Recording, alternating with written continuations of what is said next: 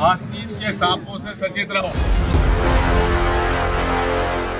अक्सर अपने बयानों को लेकर सुर्खियों में रहने वाले दिग्विजय सिंह दरअसल इस बार उन्होंने कार्यकर्ताओं को सलाह दी है कि आस्तीन के सांपों से सचेत रहें। उनके बयान ने बीजेपी को फिर उन्हें घेरने का मौका दे दिया है। आज चर्चा में इन तमाम सवालों की तह तक पहुंचने की कोशिश करेंगे। हमारे साथ जुड़ गए हैं राजनीतिक विश्लेषक तनुज दीक्षित। तनुज जी, दिग्विजय सिंह का इशारा किसकी तरफ है?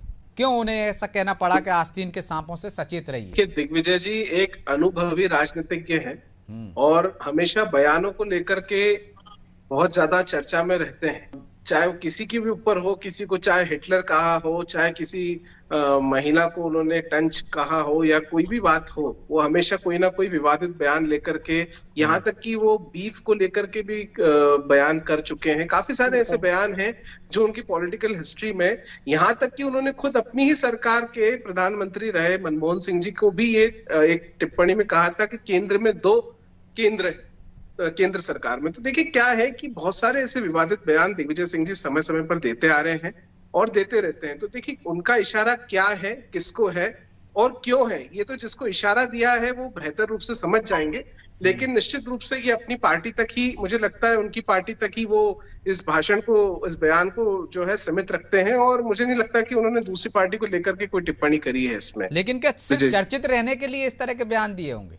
ऐसे राजनीतिज्ञ हैं तो अनुभव वो साझा कर रहे होंगे। बिल्कुल निश्चित रूप से उनका इशारा ऐसा ही है, क्योंकि आप जानते होंगे जब 2019 में कमलनाथ जी की सरकार थी, उस समय दिग्विजय सिंह ने उनको तक कई मुद्दों पे पत्र लिखे थे जो सभी को याद होंगे। और आज जो नेता प्रतिपक्ष है कांग्रेस के उमंग सिंघार, उनके साथ की भी उनके आरोप प्रत्यारोप का दौर था सन 2019 का, वो भी सभी को याद होगा। यहाँ तक कि जब उन्हीं के पुत्र जयवर्धन सिंह कैबिनेट में मंत्री थे तो स्लॉटर हाउस बंद कराने के लिए भी पत्र एक प्रेषित किया था। दिग्विजय सिंह जी समय समय पर एक्टिव पॉलिटिक्स का हिस्सा बनते हैं, बहुत सारे मुद्दों पे उस तरह की बातें रखते हैं। और तो आपके हिसाब से तो दिग्विजय सिंह से ही सतर्क रहना चाहिए पूरी कांग्रेस को।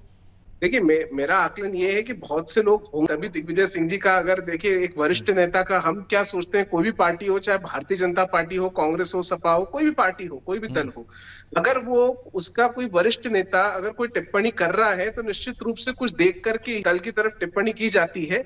आज बीजेपी में इस तरह की कोई टिप्पणी देखने को नहीं मिलती है और अगर कांग्रेस में इस तरह की मिल रही है तो कहीं ना कहीं कुछ ऐसी चीजें हैं या कोई ऐसे लोग अभी भी हैं जिन्हें आस्तीन का सांप कहा जा रहा है उनके द्वारा। जी मुझे ऐसा लगता है कि देखिए कांग्रेस के अंदर जो जमीनी कार्यकर्ता है उनकी काफी कमी है और उसके पीछे एक बहुत बड़ा वजह ये अविश्वास।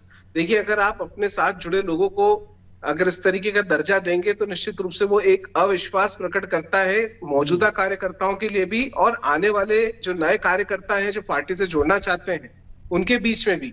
तो सबसे पहले जो भी वरिष्ठ नेतृत्व होता है उनको इस तरह की टिप्पणी अपने कार्यकर्ता और उनसे जुड़े हुए लोगों के लिए करना मेरे हिसाब से बिल्कुल भी शोभनीय नहीं है। और इस तरह की टिप्पणी जो है इससे तो केदार जी अपने ही लोगों पर शक क्यों? बहरहाल समय इजाजत नहीं देता, इसलिए चर्चा को वहीं विराम देंगे। आप तीनों का बहुत बहुत धन्यवाद। तो निश्चित तौर पर दिग्विजय सिंह को अभी भी डर सता रहा है शायद कि आस्तीन के सांपों को सचेत होने के कह रहे हैं वो, अपने ही कार्यकर्ताओं को सचेत हो जाइए आस्तीन के सांपों से। क्या उनका इशारा अपने ही लोगों पर है? यदि इशारा है तो कांग्रेस में कितनी आस्तीन है और कितने सांप हैं और ये कब तक निकलते रहेंगे? कांग्रेस इनसे सचेत कब होगी और कब तमाम आस्तीन के सांपों से निजात पाकर सत्ता में पहुंचेगी? इसके लिए इंतजार करना होगा। बहरहाल मुद्दा तो है। मैं इतना ही, मुझे दीजिए इजाजत और आप देखते रहिए अनादि टीवी। नमस्कार। आस्तीन के सांपों से सचेत रहो।